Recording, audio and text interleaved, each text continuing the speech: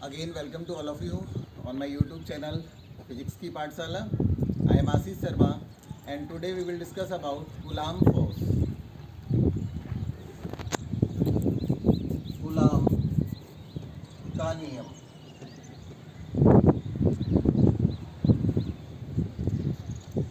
Last lecture में हमने पढ़ा था कि सजातीय आवेशों से मतलब है प्लस प्लस और माइनस माइनस, इनके बीच प्रतिकर्षण बल कार्य करता है, जबकि विजातीय आवेशों जैसे प्लस माइनस या माइनस प्लस, इनके बीच आकर्षण बल कार्य करता है. अब प्रश्न ये आता है कि ये कितने बल से एक दूसरे को प्रतिकर्षित करते हैं तथा ये कितने बल से एक दूसरे को आकर्षित करते हैं. तो सजातीय आवेशों के मध्य प्रतिकर्षण एवं विजातीय आवेशों के मध्य आकर्षण के निर्धारण हेतु कूलाम के नियम का उपयोग किया जाता है.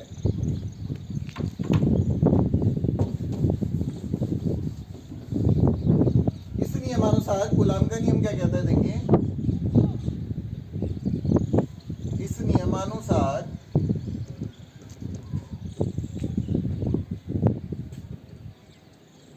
किन्हीं दो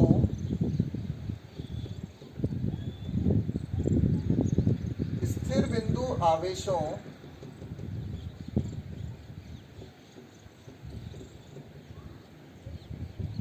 के मध्य कार्यरत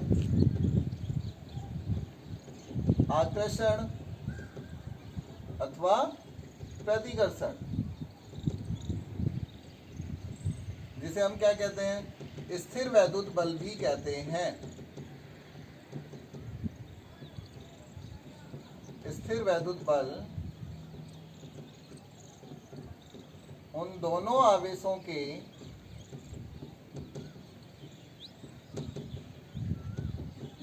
परिमाण के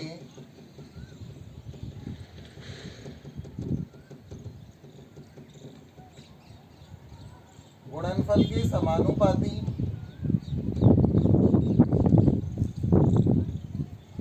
तथा उनके मध्य की दूरी के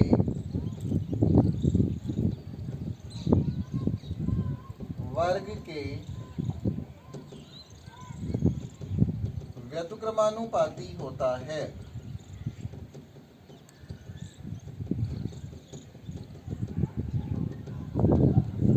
एवं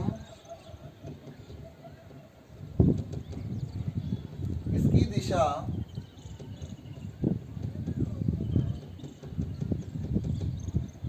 दोनों आवेशों को मिलाने वाली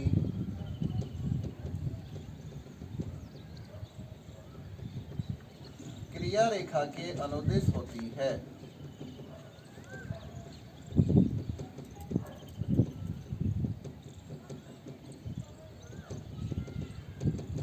देखिए, जितने भी नियम चलते हैं आपके पास, उनमें आपको बिल्कुल सटीक नियम याद रखना बहुत आवश्यक है. कूलाम का नियम क्या कहता है कि किन्हीं दो स्थिर बिंदु आवेशों के मध्य कार्यरत आकर्षण या प्रतिकर्षण बल, ये अट्रैक्शन फोर्स भी हो सकता है और रिपल्सन फोर्स भी हो सकता है, जिसे हम स्थिर वैद्युत बल भी कहते हैं, उन दोनों आवेशों के परिमाण के गुणनफल के समानुपाती जबकि उनके मध्य की दूरी के वर्ग के व्युत्क्रमानुपाती होता है एवं इसकी दिशा दोनों आवेशों को मिलाने वाली क्रिया रेखा के अनुदिश होती है. मान लीजिए ये हमारे पास कोई पॉइंट चार्ज है Q1 और ये कोई एक दूसरा बिंदु आवेश है Q2. लेट्स सपोज ये दोनों चार्ज एक दूसरे से स्मॉल r डिस्टेंस पर स्थित हैं. इनके बीच की दूरी अपन ने कितनी मान ली, स्मॉल r. अभी हमें इनके मध्य कार्यरत आकर्षण या प्रतिकर्षण बल ज्ञात करना है. यहां एक टर्म आ रही है बिंदु आवेश. बिंदु आवेश, बिंदु आवेश से मतलब होता है ऐसे आवेश जिनकी विमाएं, विमाओं से मतलब होता है यहाँ पे साइज, उनके मध्य की दूरी की तुलना में नगण्य हो, उसे हम क्या कहते हैं? बिंदु आवेश।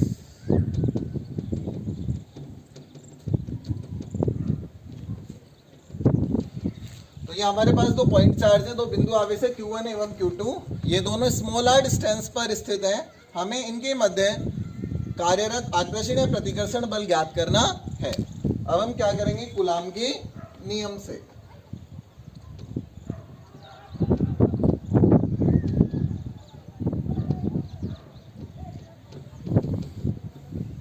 यदि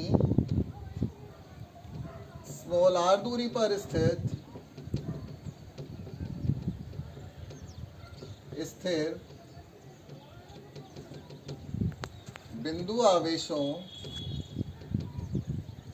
Q1 एवं Q2 के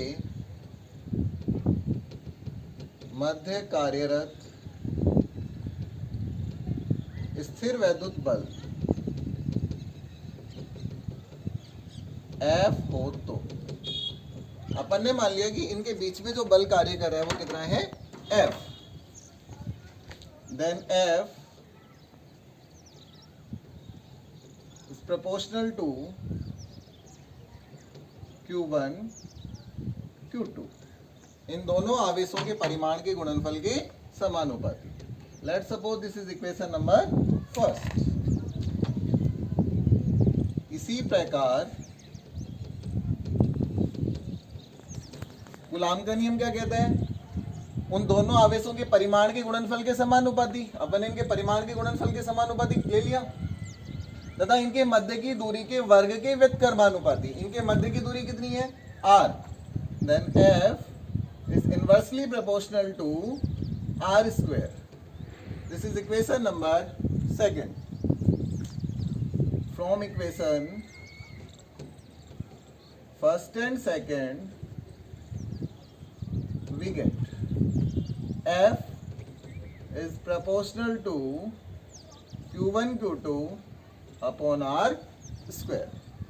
अभी हमें यहाँ प्रोपोर्शनलिटी साइन हटाना है। जब भी हम प्रोपोर्शनलिटी साइन हटाते हैं तो हम एक कांस्टेंट लेते हैं। सो F इज इक्वल्स टू, ये कांस्टेंट मैंने मान लिया K Q1 Q2 upon r square, जहां K एक प्रोपोर्शनल कांस्टेंट है, समानुपाती स्थिरांक है।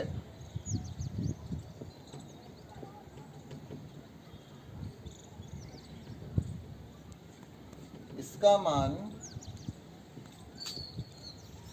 एमकेएस पद्धति में अगर हम बात करें तो 9 × 10⁹ अभी हमें इसकी यूनिट और निकालनी है। यूनिट निकालना सीखेंगे। देखिए यहां से हमें K की यूनिट चाहिए, तो यहां से K बराबर क्या आ जाएगा? F into r square upon Q1 Q2। यहां से K बराबर क्या आ गया? F into r square upon Q1 Q2। F की यूनिट होती है आपके पास न्यूटन, r डिस्टेंस है metre square, Q1 Q2 charge है कूलाम स्क्वायर होता। इस K का जो मान है, इसका मान माध्यम की प्रकृति एवं मात्रक पद्धति पर भी निर्भर करता है। यहां से हमारे पास इन दो स्थिर बिंदु आवेशों के मध्य कार्यरत बल का फॉर्मूला आ गया। F is equal to K Q1 Q2 upon r square. अब हम अगर इसको चेंज करके लिखना चाहें तो देखिए, क्योंकि K is equal to 1 upon 4 pi epsilon naught. K की वैल्यू किसके इक्वल होती है? 1 अपॉन 4 पाई एप्सिलॉन नॉट, जहां एप्सिलॉन नॉट निर्वात की विद्युतशीलता है। इसका मान 8.854 इंटू 10⁻⁻12। अब यहां फिर से हम यूनिट की बात करेंगे। अगर मुझे एप्सिलॉन नोट की यूनिट निकालनी है तो ये हो जाएगा 1/4 पाई के। 4 और पाई दोनों यूनिट लेस हैं। इसका मतलब यदि मैं के की यूनिट को रिवर्स कर दूं तो ये एप्सिलॉन नोट की यूनिट आ जाएगी। के की यूनिट क्या है? Newton into metre square upon coulomb square. इसको रिवर्स करेंगे तो क्या आ जाएगा? Coulomb square upon newton into metre square होता है।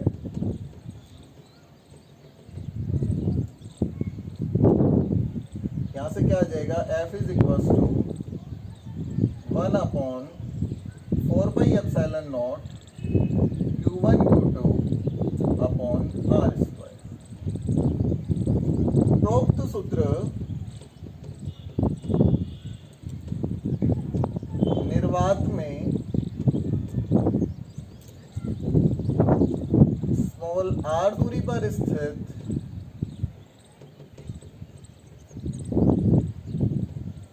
किन्हीं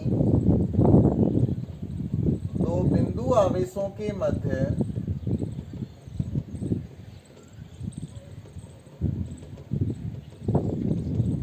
कार्यरत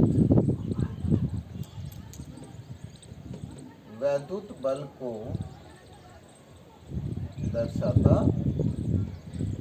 अब देखिए, मान लीजिए आपके पास निर्वात में दो पॉइंट चार्ज होने चाहिए, Q1 और Q2 स्मॉल r डिस्टेंस पर रखे हैं। तो आप इस सूत्र से उनके मध्य कार्यरत विद्युत बल ज्ञात कर सकते हैं। ये जो बल लग रहा है आपके पास ये निर्वात में, इसलिए मैं इसको F नोट से भी रिप्रेजेंट कर सकता हूं। एक बार दोबारा से समझिए इसको। कूलाम के नियमानुसार किन्हीं दो स्थिर बिंदु आवेशों के मध्य कार्यरत आकर्षण या प्रतिकर्षण बल उन दोनों आवेशों के परिमाण के गुणनफल के समानुपाती तथा उनके मध्य की दूरी के वर्ग के व्युत्क्रमानुपाती होता है एवं इसकी दिशा दोनों आवेशों को मिलाने वाली क्रिया रेखा के अनुदिश होती है। ये पॉइंट चार्ज क्या होते हैं? ऐसे आवेश जिनकी विमा इनके मध्य की दूरी की तुलना में नगण्य हो। ये दो पॉइंट चार्ज है Q1 और Q2। ये परस्पर स्मॉल r दूरी पर स्थित है। इनके मध्य कार्यरत कूलाम बल दोनों आवेशों के परिमाण के गुणनफल के समानुपाती जबकि इनके मध्य की दूरी के वर्ग के व्युत्क्रमानुपाती होता है। दोनों इक्वेशन को कंबाइन करेंगे। F is proportional to Q1 Q2 upon R square. Proportionality sign हटाना है तो हमें एक कांस्टेंट लेना पड़ेगा K Q1 Q2 upon R square.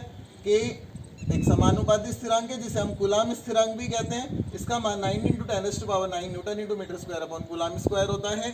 K को हम 1/4 पाई एप्सिलॉन नॉट भी लिख सकते हैं। तो ये बन जाएगा F naught is equal to 1/4 pi epsilon naught Q1 Q2 upon R square. ये तो बात थी जब ये दोनों पॉइंट चार्ज निर्वात में स्थित थे। अब हम बात करेंगे कि ये किसी माध्यम में रखे हैं। दोनों स्थिर बिंदु आवेश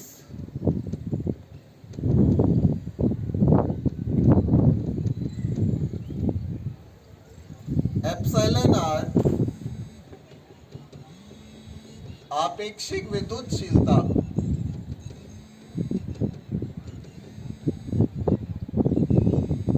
वाले माध्यम में स्थित हों तो देखिए FM क्योंकि मीडियम में फोर्स है ये 1/4 pi epsilon naught Q1 Q2 upon R square. ये तो हमारे पास निर्वात में बल आ रहा था। जब ये ऐसी सिचुएशन आती है आपके पास कि आपको एप्सिलॉन R आपेक्षिक विद्युतशीलता वाला माध्यम दिया जाए तो आपको इसकी आपेक्षिक विद्युतशीलता को हमेशा एप्सिलॉन नॉट के साथ गुणा कर देना है। तो ये मीडियम में जो फोर्स लगेगा वो हो जाएगा Fm is equals to 1/4 pi epsilon naught into epsilon R Q1 Q2 upon R square. चूंकि epsilon naught into epsilon R ये हमारे पास निर्वात की विद्युतशीलता है, ये किसी माध्यम की आपेक्षिक विद्युतशीलता है। दोनों का अगर हम मल्टीप्लाई करेंगे तो ये बन जाएगा एप्सिलॉन। इसको हम बोलते हैं एप्सिलॉन। पास क्या बन गया, एप्सिलॉन, जहां एप्सिलॉन माध्यम की निरपेक्ष विद्युतशीलता या विद्युतशीलता है। जहां एप्सिलॉन क्या है, माध्यम की विद्युतशीलता है। तो यहां से Fm is equals to 1/4 pi epsilon Q1 Q2 upon R square. उपरोक्त सूत्र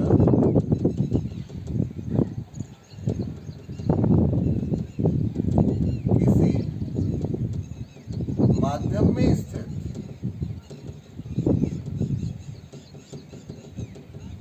बिंदु आवेशों के मध्य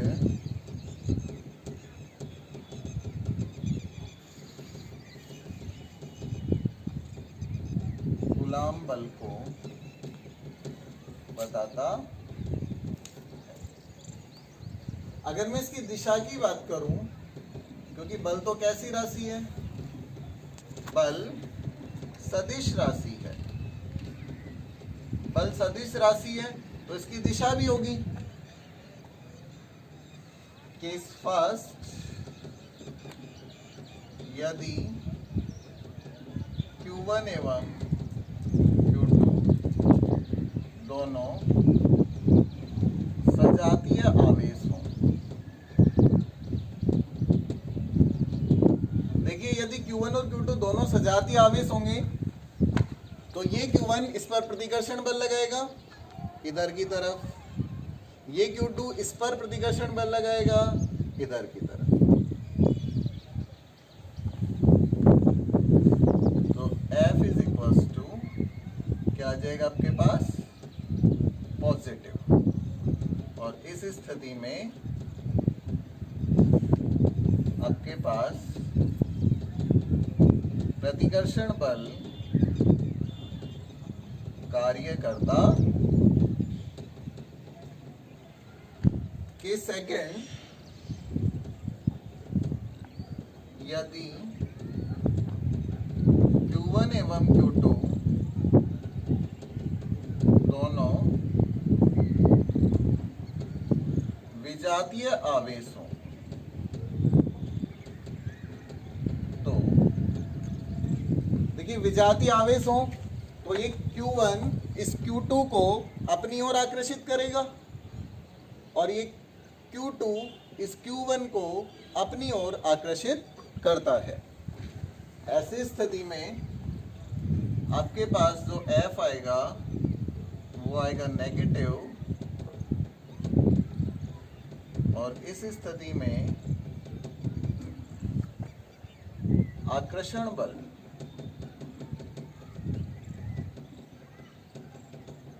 कार्य करता। देखिए, आपको इसमें अब ध्यान रखने वाली बात क्या है,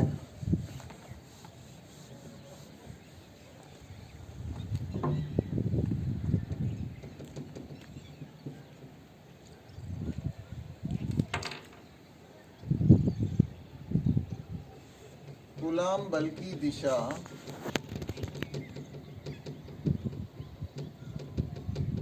दोनों आवेशों को मिलाने वाली क्रिया रेखा के अनुदेश होती है। एंड सेकेंड,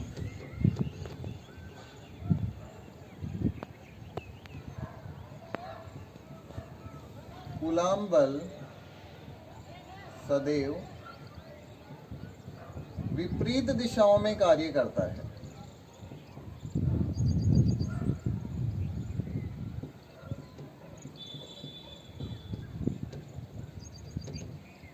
भले ही आवेश की प्रकृति से मतलब है सजातीय या विजातीय, कैसी भी ये आपको ध्यान रखना, इनकी जो दिशा होती है वो दोनों आवेशों को मिलाने वाली क्रिया रेखा की अनुदिश होती है। दूसरा, हमेशा विपरीत दिशाओं में कार्य करता है। आप यहाँ से देख भी पा रहे हैं, अगर दोनों सजातीय आवेश है तो एक इधर, और यदि विजातीय आवेश है तो भी ये दोनों विपरीत दिशाओं में ही कार्य करता है, भले ही आवेश की प्रकृति चाहे कैसी भी हो। यहाँ से हम एक कूलम आवेश की परिभाषा भी निकाल सकते हैं।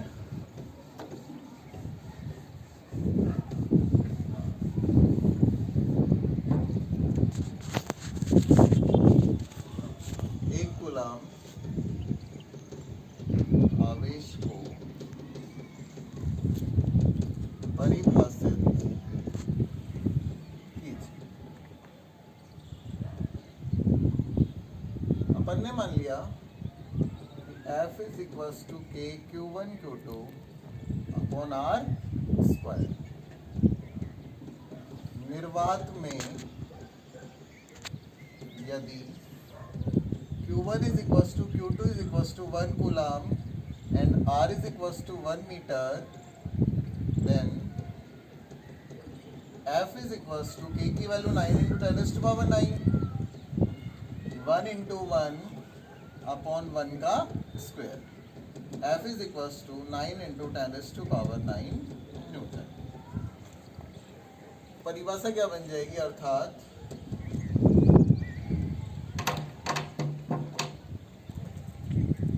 यदि निर्वात में परस्पर एकांक दूरी पर स्थित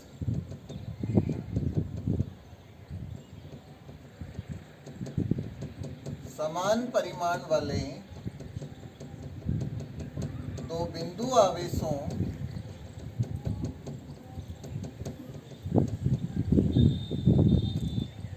के मध्य कार्यरत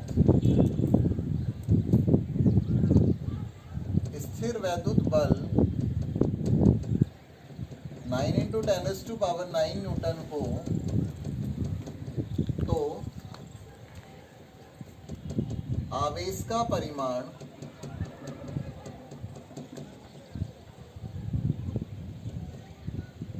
एक कूलम होगा। अर्थात यदि निर्वात पर समान परिमाण वाले दो आवेश रखे हों, उनके बीच की दूरी एकांक हो, तो उनके मध्य कार्यरत बल 9 into 10 raised to power 9 Newton होगा, और इस स्थिति में उस आवेश का परिमाण एक कूलम होता है।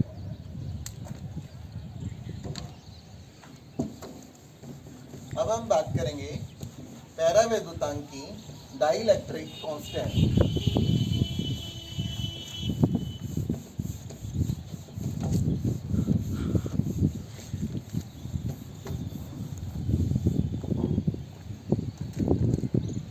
परावैद्युतांक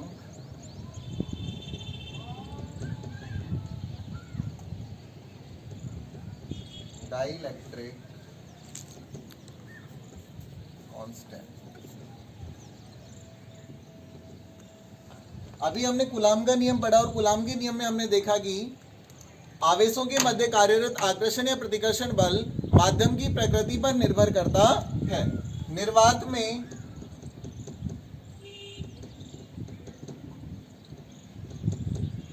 कूलॉम बल मैक्सिमम होता है, कुचालक माध्यम में कम हो जाता है, जबकि सुचालकों के लिए कूलॉम बल 0 हो जाता है। यहां हम पैरावैद्युतांक का कूलॉम बल पर प्रभाव देखेंगे।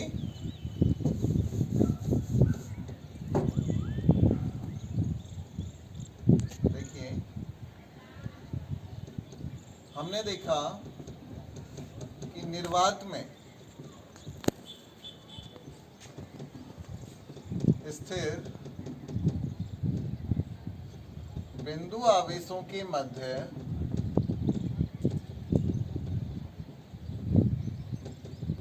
कूलॉम बल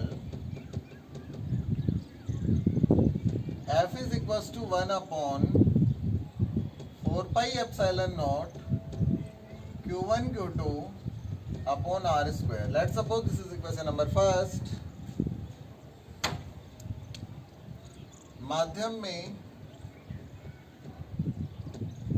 कौन से माध्यम में? एप्सिलॉन आर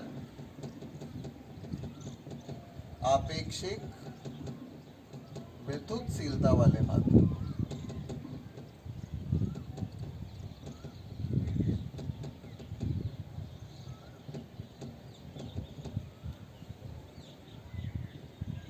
जो कूलाम फोर्स है आपके पास, that is Fm is equals to 1 upon 4 pi epsilon naught into epsilon r Q1 Q2 upon r square. Let's suppose this is equation number second. We have to find the value of epsilon r. So on dividing equation first by equation second, F naught upon Fm is equals to 1 upon 4 pi epsilon naught Q1 Q2 upon R square and divided by 1 upon 4 pi epsilon naught epsilon R Q1 Q2 upon R square. इसको जब हम solve करेंगे, F naught upon Fm is equals to 1 upon 4 pi epsilon naught Q1 Q2 upon R square into 4 pi epsilon naught epsilon R into R square divided by Q1 Q2. देखिए यहाँ R square से R square cancel, Q1 Q2 से Q1 Q2 cancel and 4 pi epsilon naught से 4 pi epsilon naught cancel. So epsilon R is equals to F not upon F M. अर्थात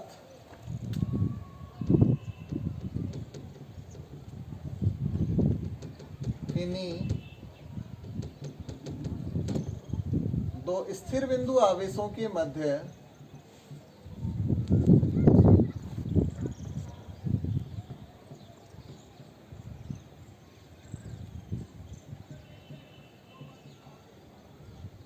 निर्वात में कार्यरत स्थिर वैद्युत बल एवं उन्हीं आवेशों के मध्य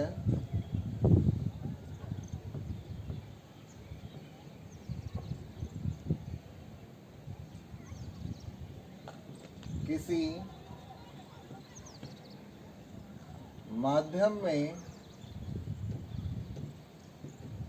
कार्यरत स्थिर वैद्युत बल का अनुपात उस माध्यम का परावैद्युतांक कहलाता है. इसे हम क्या कहते हैं? इसे माध्यम की आपेक्षिक विद्युतशीलता भी कहते हैं. यहीं से अगर हम देखें तो देखिए हमारे पास ये भी आ रहा है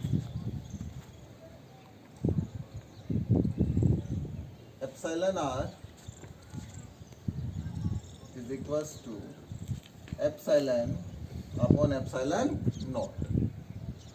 epsilon is equals to epsilon naught into epsilon R. अर्थात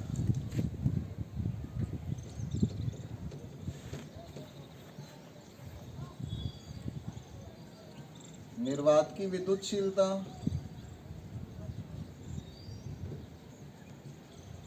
के सापेक्ष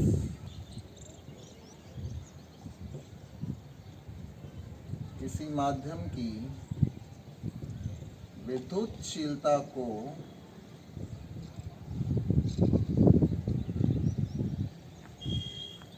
उस माध्यम की आपेक्षिक विद्युतशीलता कहते हैं। यहां से आप इनके बीच में जो भी आपको चाहिए वो रिलेशन आप निकाल सकते हैं। एप्सिलॉन नॉट चाहिए, then epsilon upon epsilon are,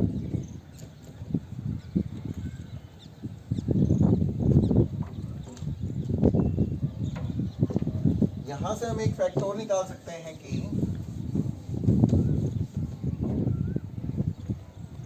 note down कर लेना इसको आप, epsilon R is equals to F not upon F M, that means F M is equals to F not upon epsilon R, अर्थात माध्यम में coulomb बल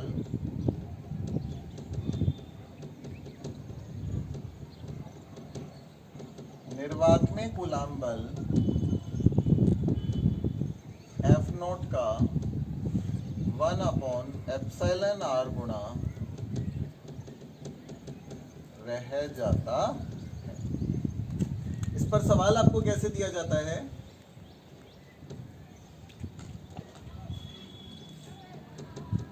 यदि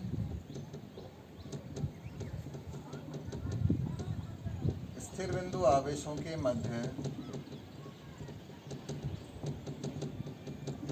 निर्वात में कूलाम बल F हो तो इनके मध्य 6 पैरावैद्युतांक वाला पदार्थ रखने पर कूलाम बल ज्ञात कीजिए।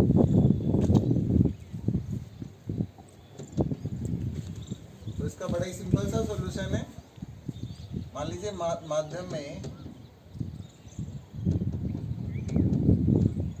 माध्यम में कूलाम बल F डैश है, तो F डैश बराबर क्या आ जाएगा आपके पास? पहले बल कितना है? F, एप्सिलॉन आर का मान कितना दिया हुआ यहाँ पे? 6, तो कितना हो जाएगा? F by 6। तो निर्वात की तुलना में माध्यम में बल क्या हो जाता है? कम हो जाता है। यहां से अगर हम एप्सिलॉन आर की विमा की बात करें तो ये यहां से यूनिट लेस होता है क्योंकि ऊपर नीचे विद्युतशीलता आ रही है, कैंसिल कर देगा।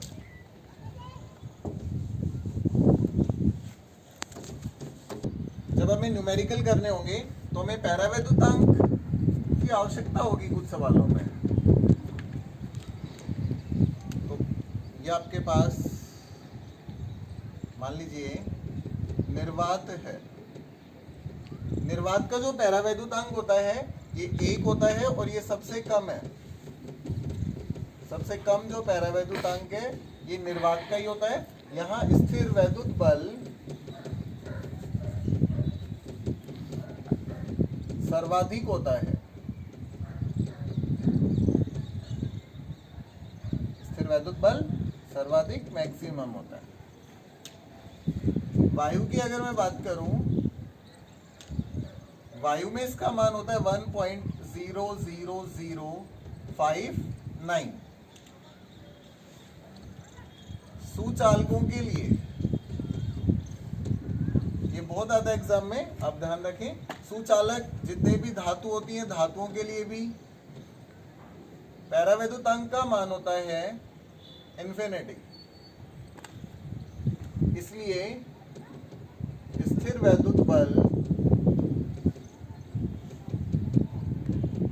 यहाँ कितना हो जाता है? 0।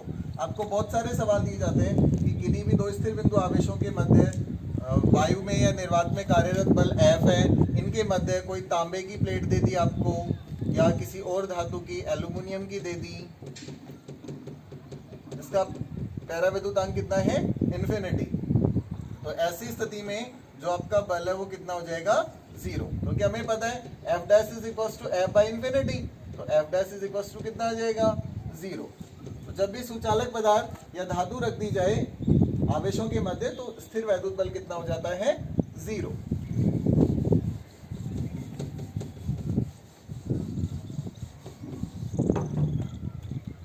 अभी हम पढ़ रहे थे कूलाम बल। बल, फोर्स कैसी राशि, एक सदिश राशि है, तो अभी इसका हम सदिश निरूपण करेंगे। कूलाम बल की दिशा में देखिए कि दोनों आवेशों को मिलाने वाली क्रिया रेखा के अनुदिश होती है। अब हम पढ़ेंगे कूलाम बल का सदिश निरूपण।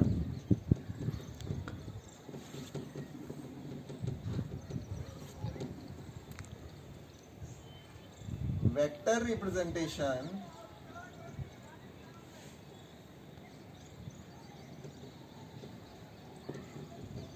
of Coulomb's force।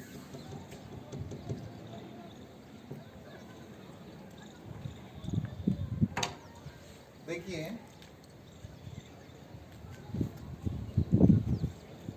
मान लीजिए ये दो फोर्स हैं, first one is Q1 and second one is Q2। ये कोई दो पॉइंट चार्ज हैं, हमें इनका सदिश निरूपण देखना है बल का, तो एक निर्देश तंत्र की परिकल्पना करेंगे हम।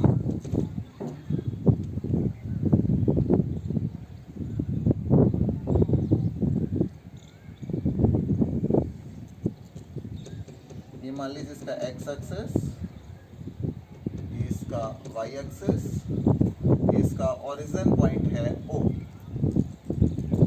सदिश निरूपण के लिए इस पॉइंट चार्ज Q1 की स्थिति सदिश का निर्धारण करते हैं हम।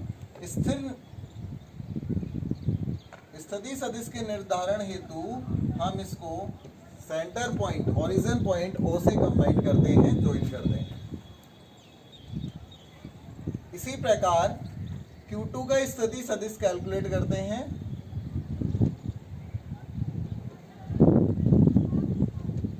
ये मान लीजिए Q2 है, मूल बिंदु O के सापेक्ष इसका स्थिति सदिश मैंने मान लिया R1 सदिश,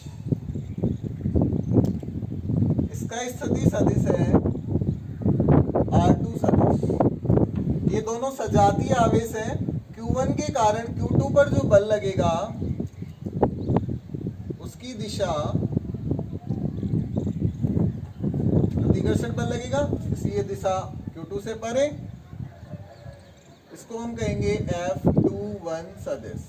F21 सदिश से आशय है आवेश Q2 पर आवेश Q1 के कारण कार्यरत बल। इसी प्रकार Q2 के कारण Q1 पर भी बल कार्य करेगा जिसकी दिशा Q1 से परे, इसे हम रिप्रेजेंट करेंगे F12 सदिश। F12 सदिश से आशय है आवेश Q1 पर Q2 के कारण कार्यरत बल। यहाँ इसकी दिशा में अगर हम एक स्थिति सदिश लें, इन दोनों के बीच की जो डिस्टेंस है इसे हम रिप्रेजेंट कर देते हैं R21 सदिश से। ये मान लीजिए कोई पॉइंट आपके पास A है, ये कोई पॉइंट B है।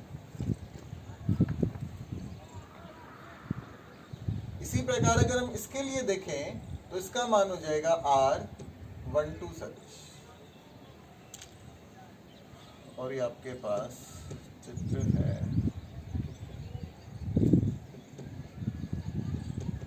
कूलाम नियम का सदिश निरूपण।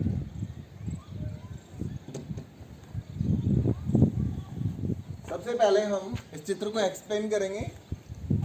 चित्रानुसार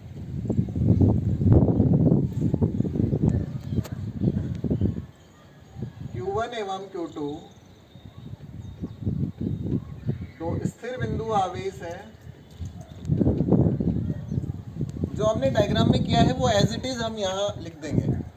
Q1 एवं Q2 दो स्थिर बिंदु आवेश हैं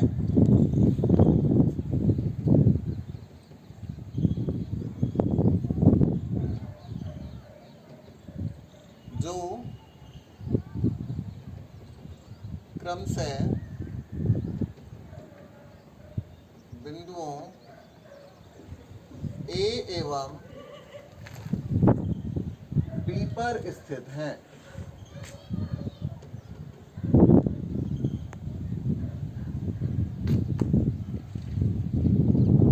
इन आवेशों के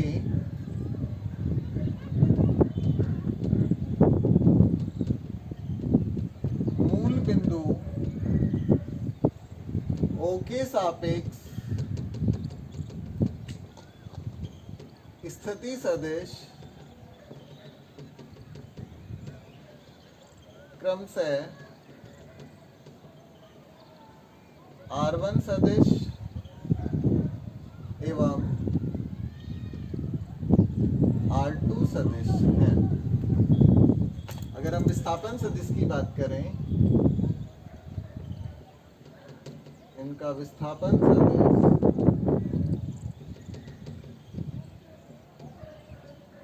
R21 सदिश अथवा R12 सदिश है। अब हमें बल ज्ञात करना है। फर्स्ट, यदि आवेश Q1 के कारण आवेश Q2 पर कार्यरत कूलाम बल F21 सदिश हो, तो F21 सदिश से आशय है आवेश Q2 पर Q1 के कारण लगने वाला बल। F21 सदिश is equals to K Q1 Q2 upon इनके बीच की डिस्टेंस है R21 सदिश का स्क्वायर R21 कैप, जहां R21 कैप F21 सदिश की दिशा में एकांक सदिश है।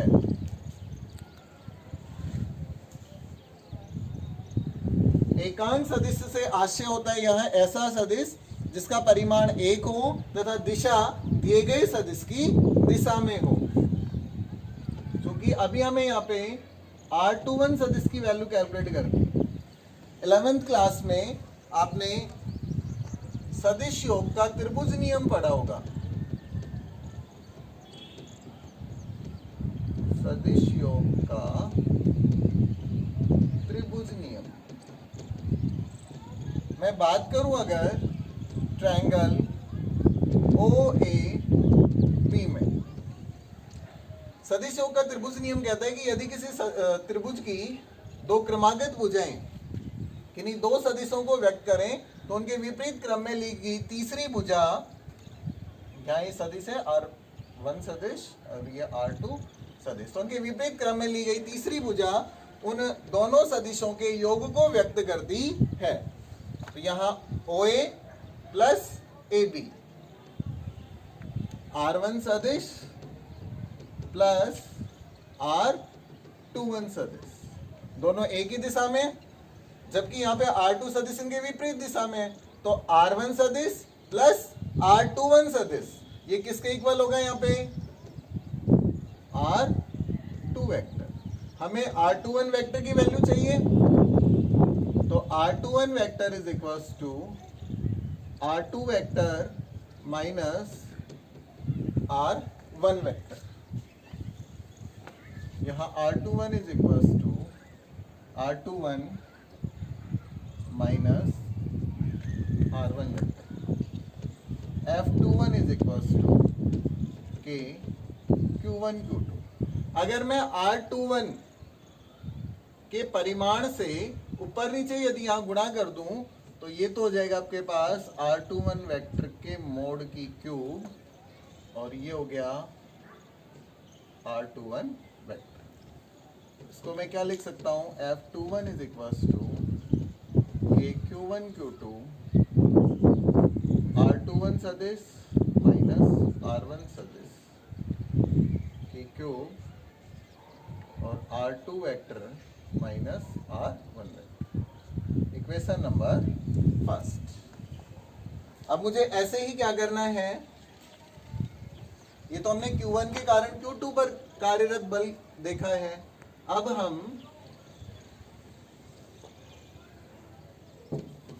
Q1 पर बल देखेंगे। इसी प्रकार यदि आवेश Q2 के कारण आवेश Q1 पर कार्यरत बल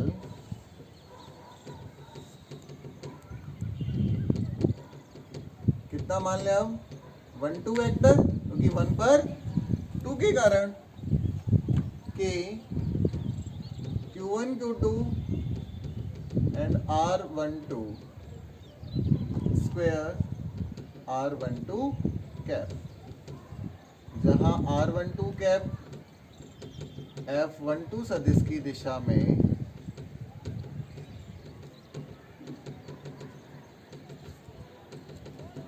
एकांक सदिश है। इसको मैं लिख सकता हूं F12 vector is equals to K Q1 Q2। अगर मैं R12 के मोड से ऊपर नीचे मल्टीप्लाई कर दूं तो ये तो आपके पास क्यूब हो जाएगी, और यहां परिमाण गुणा एकांक सदिश सदिश बन जाएगा, क्योंकि R12 cap into R12 into R12 की कैप, ये आपके पास वेक्टर बन गया R12। तो यहाँ पे क्या आ जाएगा आपके पास, R12 की क्यूब एंड R12 वेक्टर। अभी हमें R12 वेक्टर की वैल्यू कैलकुलेट करनी है। ये R12 वेक्टर यहाँ से यहाँ तक है। अब हम इसी त्रिभुज में देखेंगे तो भुजा O से B पे जाएंगे और B से A पर। ये दोनों क्रमागत भुजाएं हो गई एक ही दिशा में, जबकि ये R1 सदिश को व्यक्त करने वाली भुजा इनकी विपरीत दिशा में है। तो क्या आ जाएगा यहाँ से, क्योंकि R2 सदिश प्लस R12 सदिश, R1 सदिश, हमें तो R12 की वैल्यू चाहिए, तो R1 vector minus R2 vector, ये वैल्यू यहाँ सब्स्टिट्यूट कर दूं, तो F12 vector is equals to K Q1 Q2 and R1 minus R2 की cube R1 vector minus R2 vector. अब आप देखिए, चाहे R1 minus R2 R1 vector minus R2 vector हो, चाहे R2 vector minus R1 vector हो, दोनों परिमाण में समान है। तो R1 vector minus R2 vector is equals to R2 vector minus R1 vector, एवं जो आपके पास R1 सदिश माइनस R2 सदिश है, that is equals to minus R2 vector minus R1 vector. इन दोनों में क्या रिलेशन है, परिमाण इनका भी बराबर है, केवल दिशा। यहाँ पे ऋणात्मक चिन्ह किसको दर्शा रहे हैं, यहाँ माइनस चिन्ह विपरीत दिशा को दर्शाती है। तो यहां मैं क्या लिख सकता हूं,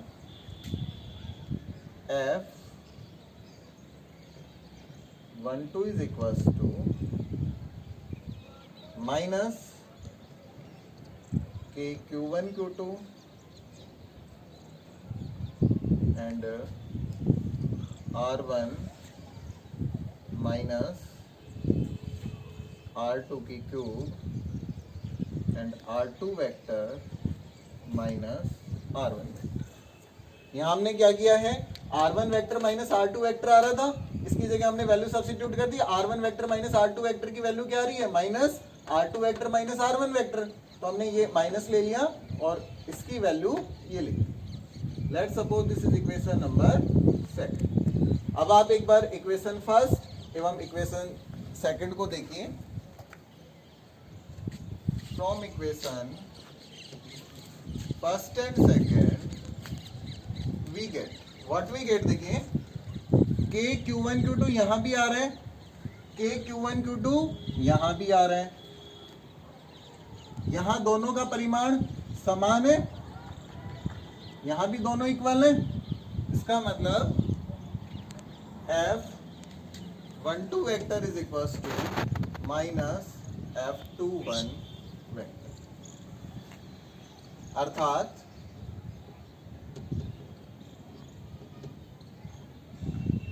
किन्हीं दो स्थिर बिंदु आवेशों के मध्य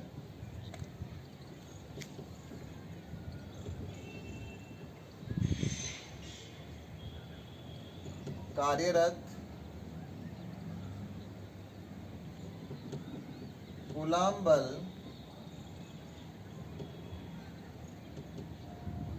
परिमाण में समान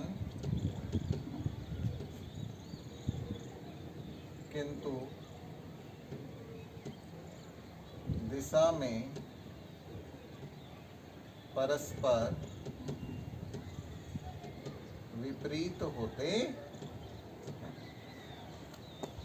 जितना बल ये Q1 Q2 पर लगा रहा है उतना ही बल ये Q2 इस Q1 पर लगाता है।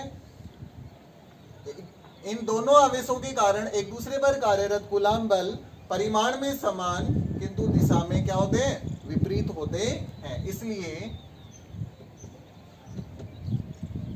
इसे हम क्रिया प्रतिक्रिया बल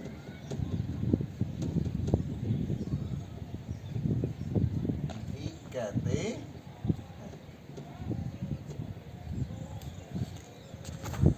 अब हम बात करेंगे अध्यारोपण के सिद्धांत की या बहुल आवेशों के मध्य बल। देखिए अध्यारोपण का सिद्धांत बहुत ही इंपॉर्टेंट है। आगे हम विद्युत क्षेत्र की तीव्रताएं ज्ञात करेंगे, व्यतिकरण के बारे में पढ़ेंगे। यहाँ हम कूलाम बल ज्ञात कर रहे हैं, सभी में हम अध्यारोपण का सिद्धांत काम में लेते हैं। अध्यारोपण के सिद्धांत का एक सिंपल मीनिंग है कि जोड़ना। अध्यारोपण का बहुत ही सिंपल सा आशय है कि जोड़ना। अगर हमारे पास दो स्थिर बिंदु आवेश हैं तो हम बड़े इजी वे में ज्ञात कर लेंगे कि Q1 Q2 upon R square. लेकिन अब मान लीजिए हमारे पास बहुत सारे आवेश दिए गए हैं, बहुल आवेश दिए गए हैं, दो से अधिक आवेश दिए गए हैं, जिनके कारण किसी दिए गए आवेश पर हमें कूलाम बल ज्ञात करना है। इसके लिए हम अध्यारोपण के सिद्धांत का उपयोग करते हैं। अध्यारोपण का सिद्धांत क्या कहता है, इस सिद्धांत अनुसार किसी स्थिर बिंदु आवेश पर, क्योंकि कूलाम बल होता ही स्थिर बिंदु आवेश के लिए है, किसी स्थिर बिंदु आवेश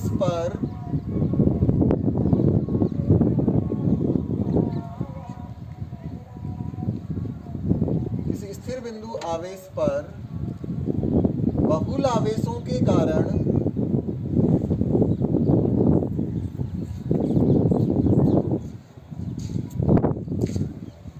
कार्यरत परिणामी बल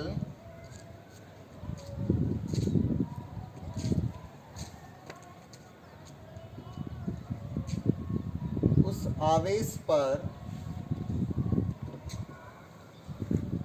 अन्य प्रत्येक आवेश के कारण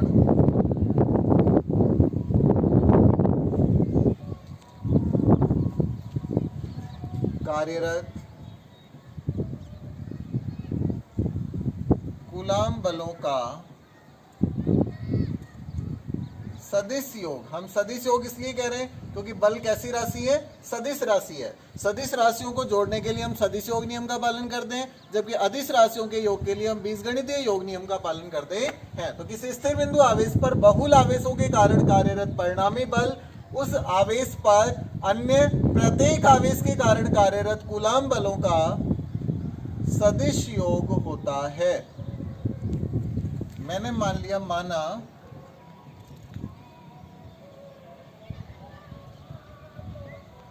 किसी आवेश Q0 पर अन्य आवेशों जैसे Q1, Q2 ... Qn के कारण कार्यरत कूलाम बल क्रमशः F1 सदिश, F2 सदिश ... Fn सदिश हो तो आवेश Q0 पर कार्यरत परिणामी बल कितना होगा, F0, इन सभी का सदिश योगफल F1 सदिश प्लस F2 सदिश ... Fn सदिश। यही आपका क्या है,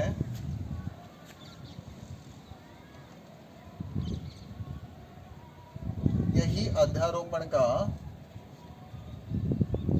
सिद्धांत।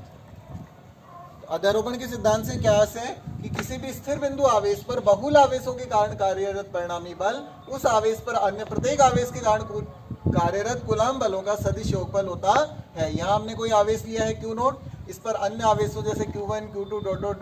Qn के कारण कार्यरत कूलाम बल इतने हैं, तो इस पर कार्यरत परिणामी बल कितना होगा, F0 vector is equal to F1 vector plus F2 vector plus ... Fn vector. और इसे ही हम क्या कहते हैं, अध्यारोपण का सिद्धांत। अब इसे हम समझते हैं। मान लीजिए ये हमारे पास Q0 कोई बिंदु आवेश है जिस पर कार्यरत कूलाम बल ज्ञात करना है।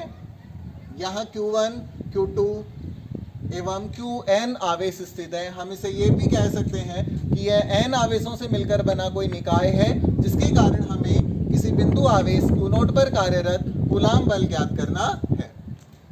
सबसे पहले हम क्या करेंगे, जितने भी आवेश दिए हुए हैं उन सभी के मूल बिंदु के सापेक्ष सदिश अदिश का निर्धारण करते हैं। जैसे ये Q1 है, मूल बिंदु O के सापेक्ष इसका सदिश अदिश अपन ने मान लिया R1 सदिश, इसका मान लिया R2 सदिश और इसका मान लिया Rn सदिश। जबकि आवेश Q0 का मूल बिंदु O के सापेक्ष सदिश अदिश R0 सदिश है। अब हमें विस्थापन सदिश ज्ञात करने हैं। इस 1 के कारण Q0 पर बल लगेगा, जिसे हम F01 कहेंगे। तो ये हो गया आपके पास R01 वेक्टर। ऐसे इसको अपन ने मान लिया R02 वेक्टर, ऐसे ये R0n वेक्टर। अब जैसा अपन ने चित्र में किया है वैसे का वैसा हम लिखेंगे।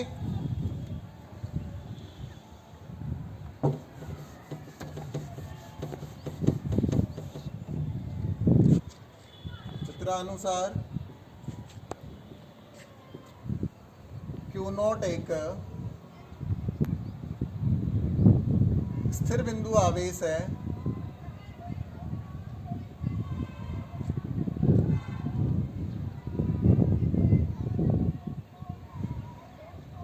जिसका मूल बिंदु O के सापेक्ष स्थिति सदिश R0 सदिश है। इस आवेश पर अन्य आवेश कौन कौन से हमारे पास, Q1, Q2 ... Qn के कारण कार्यरत परिणामी विद्युत बल ज्ञात करना है। जबकि Q1 Q2 Qn के मूल बिंदु O के सापेक्ष स्थिति सदिश क्रमशः R1 vector, R2 vector and dot dot dot dot Rn vector हैं। अब देखिए हम क्या करेंगे। फर्स्ट, यदि आवेश Q1 के कारण आवेश Q0 पर कार्यरत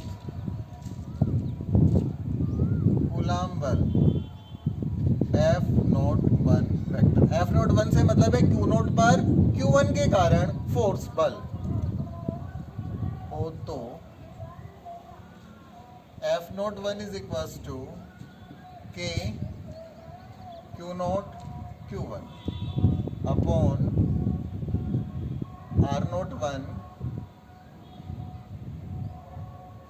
का स्क्वायर R01 की कैप। Equation number first. इसी प्रकार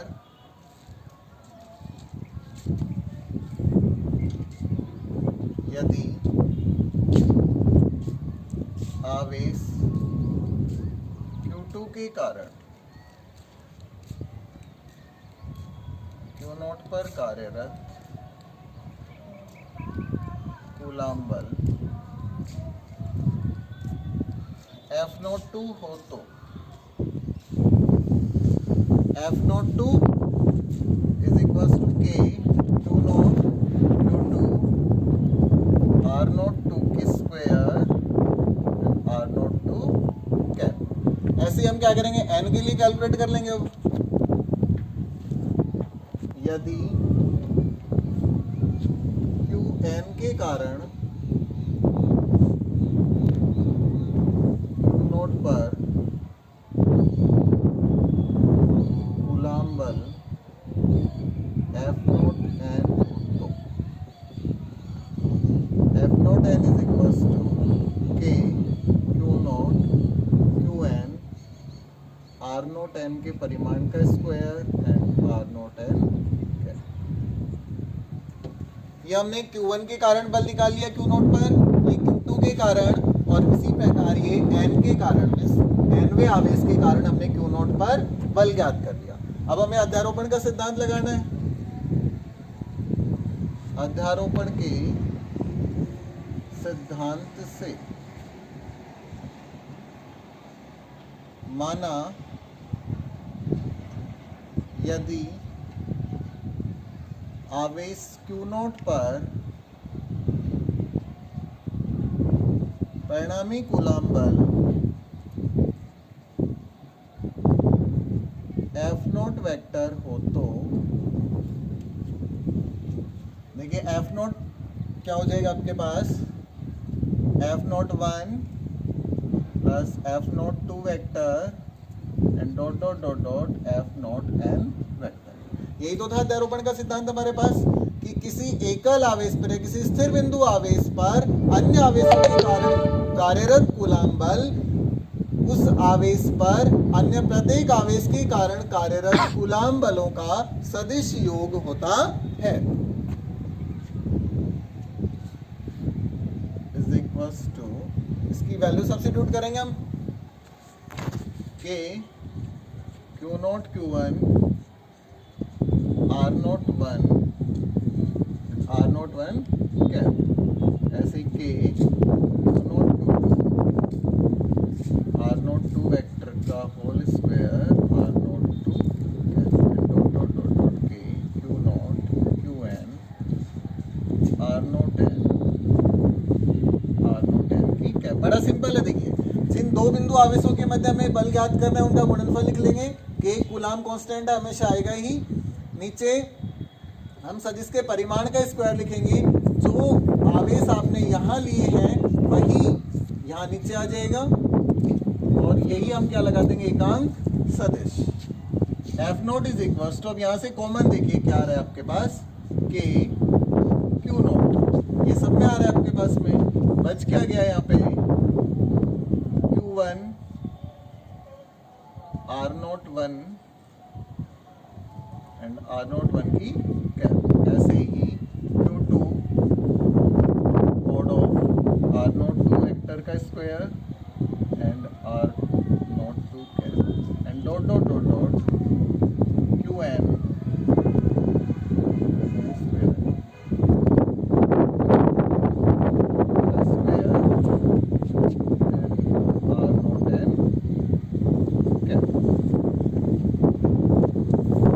क्या करना है, इसको योग के रूप में लिखना है। तो देखिए इसको हम क्या लिख सकते हैं, F naught is equal to, ये के है, के को मैं लिख सकता हूँ 1/4 pi epsilon note.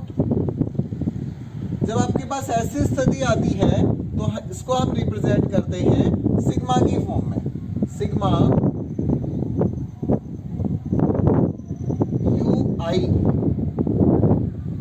Upon R not I and R not I cap, where I is equals to 1 से स्टार्ट करें, 1 2 3 and I is equals to m। ये आपके पास बहुल आवेशों के मध्य बल का सूत्र होता है। इस सूत्र की सहायता से आप दो या दो से अधिक आवेशों के कारण किसी एक स्थिर बिंदु आवेश पर कार्यरत कूलाम बल का निर्धारण कर सकते हैं। अब यहाँ पे हम सदिश योग कर रहे हैं, क्या हो रहा है यहाँ पे आपके पास सदिश योग। सदिश योग के लिए आप समांतर चतुर्भुज नियम या त्रिभुज योग नियम अथवा बहुभुज योग नियम ये काम में ले सकते हैं। इनकी सहायता से आप बहुल आवेशों के कारण कार्यरत कूलाम बल ज्ञात कर सकते हैं। अब हम कूलाम बल से रिलेटेड कुछ फैक्ट्स की बात करेंगे।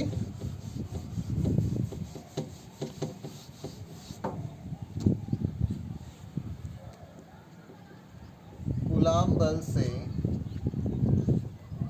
संबंधित तथ्य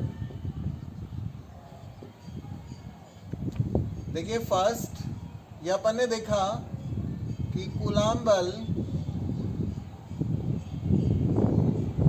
आवेशों के परिमाण के गुणनफल के समानुपाती होता है। सेकंड, आवेशों के मध्य दूरी के वर्ग के व्युत्क्रमानुपाती होता है, अर्थात व्युत्क्रम वर्ग नियम का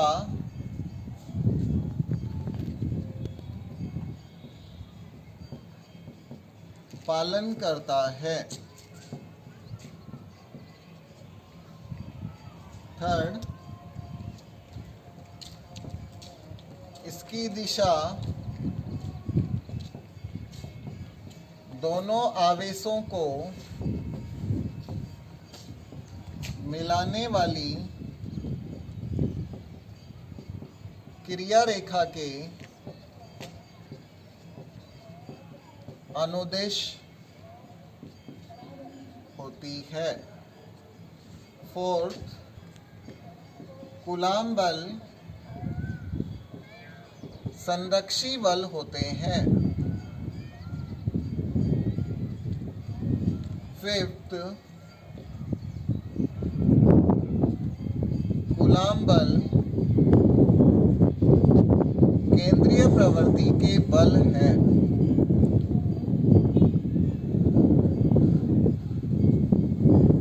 सिक्स्थ,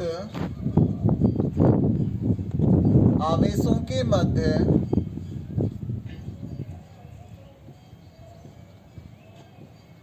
कूलाम बल पर या दो आवेशों के मध्य कूलाम बल पर किसी तीसरे आवेश का कोई प्रभाव नहीं होता है।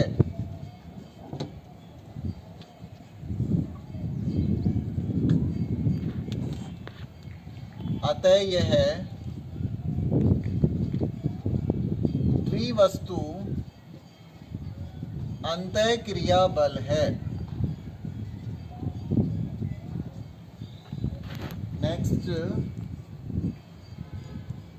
कूलाम बल न्यूटन के तृतीय नियम। न्यूटन का तृतीय नियम क्या है? क्रिया प्रतिक्रिया का पालन करता है।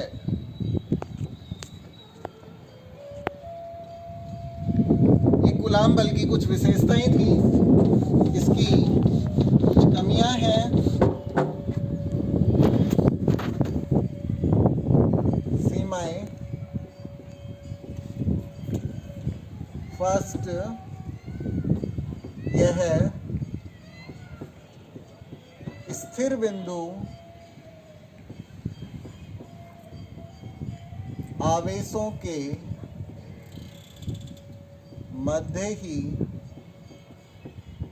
कार्य करता है। सेकंड,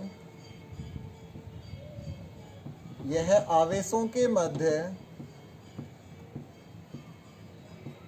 10⁻⁻15 मीटर अथवा इससे अधिक दूरी पर ही कार्य करता है, क्योंकि इससे कम दूरी पर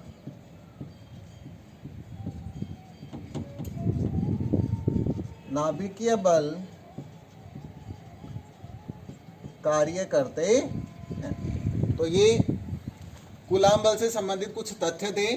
फर्स्ट, कूलाम बल आवेशों के परिमाण के गुणनफल के समानुपाती होता है। सेकंड, आवेशों के मध्य दूरी के वर्ग के व्युत्क्रमानुपाती होता है, अर्थात व्युत्क्रम वर्ग नियम का पालन करता है। थर्ड, इसकी दिशा दोनों आवेशों को मिलाने वाली क्रिया रेखा के अनुदिश होती है। फोर्थ, कूलाम बल संरक्षी बल होते हैं। फिफ्थ, कूलाम बल केंद्रीय प्रवृत्ति के होते हैं। नेक्स्ट, दो आवेशों के मध्य कूलाम बल किसी तीसरे आवेश के मध्य, दो आवेशों के मध्य कार्यरत कूलाम बल पर किसी तीसरे आवेश का कोई प्रभाव नहीं पड़ता, अर्थात ये किन्हीं दो आवेशों के मध्य ही द्विवस्तु अंतःक्रिया बल होता है।